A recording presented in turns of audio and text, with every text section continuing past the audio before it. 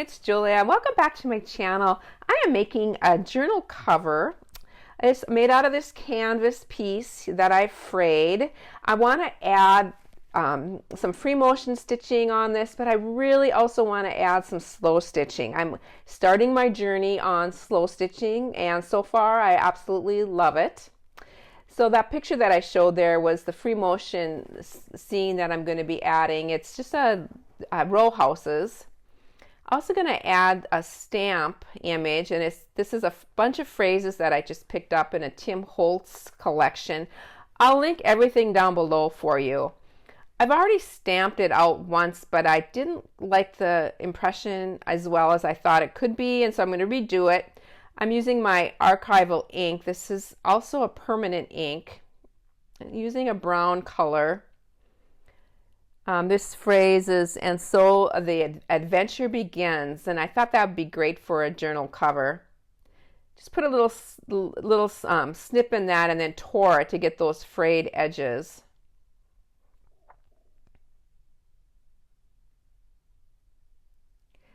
Just giving it a quick press, and I'm just going to lay that aside for the time being. Now my piece of canvas, this is 100% cotton. It's quite heavy.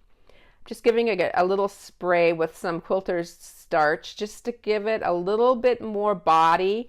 I like, it just feels good under the sewing machine, and it just kind of keeps its shape.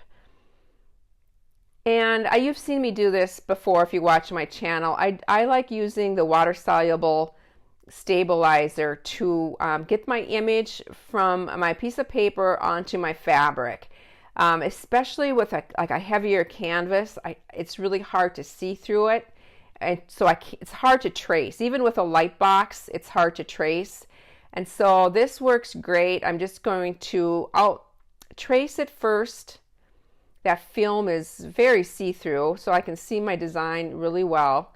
And I'm tracing it using, I'll link all my supplies down below, and I'll link this pen down below as well. It just works a lot better than like a ballpoint pen. It doesn't smudge, and it just draws on really easily.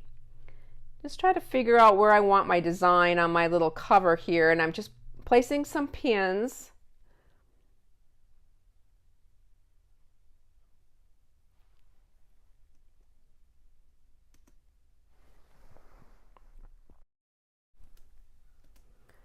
I'm at my sewing machine, and I have my feed dogs dropped. My free motion foot is on. I have just an all-purpose thread. It looks black, but I think it's more of a navy blue. And I am just outlining this, right? As much as I can right on the line. I can certainly get off on some of this, but I'm trying to just not stop my thread, or not break my thread at all. So I'm getting as much done as I can before I have to stop and add like the doorknobs and the windows.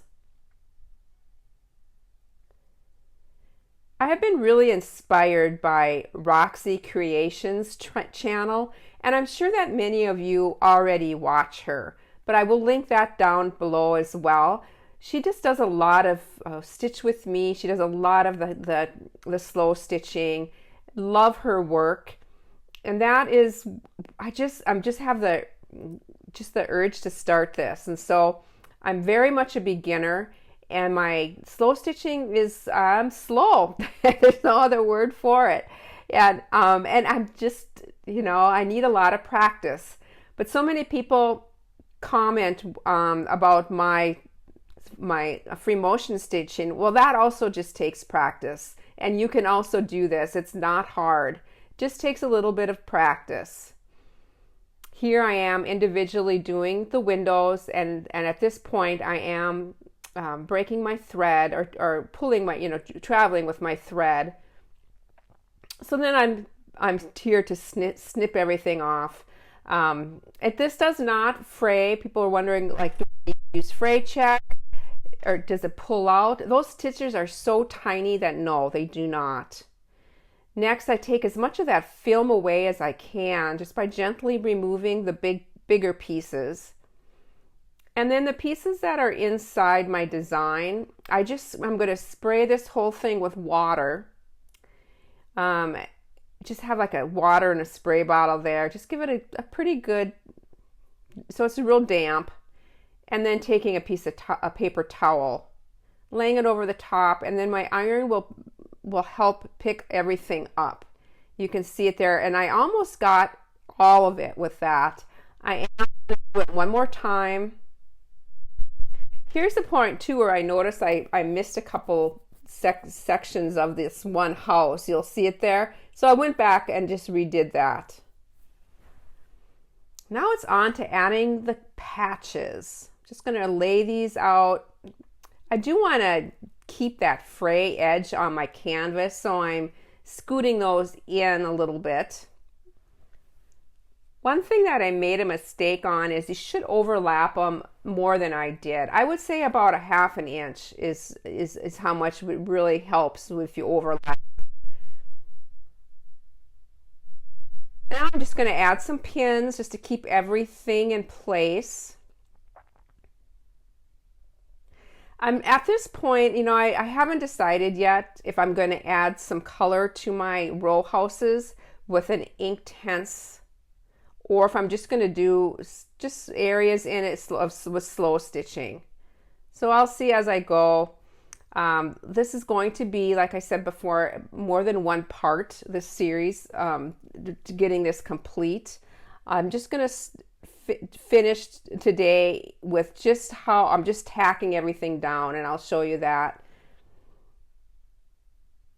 And I'm thinking with my fingers, wanting to add something else, and I just decided to put some lace on it.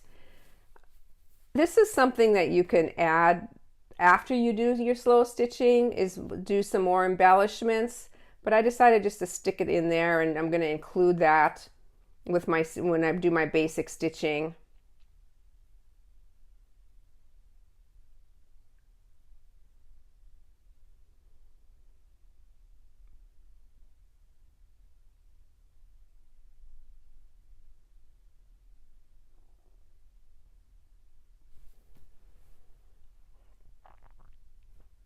I've got my DMC thread here. This is just a really nice thread to do this first step, and I'll link it down below for you. This is like a basting stitch, or maybe it's called a tacking stitch. I'm not really sure, but Roxy does this.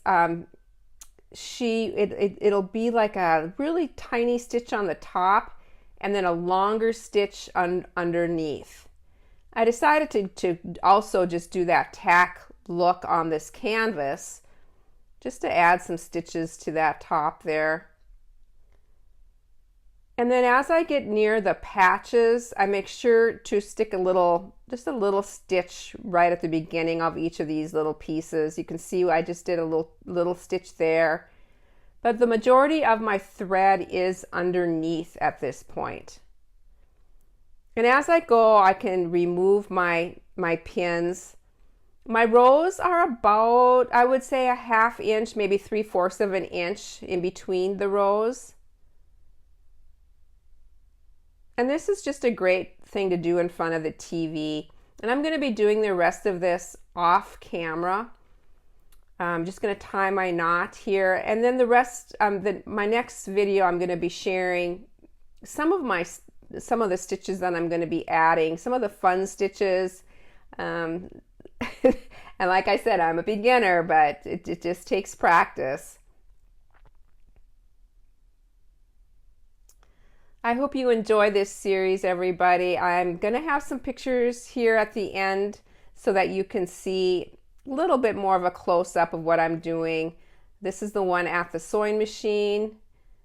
I know how it looked. I really like the free motion stitching on this, and I think it's going to be fun to add some color to it. I hope you all have a creative week. Bye for now.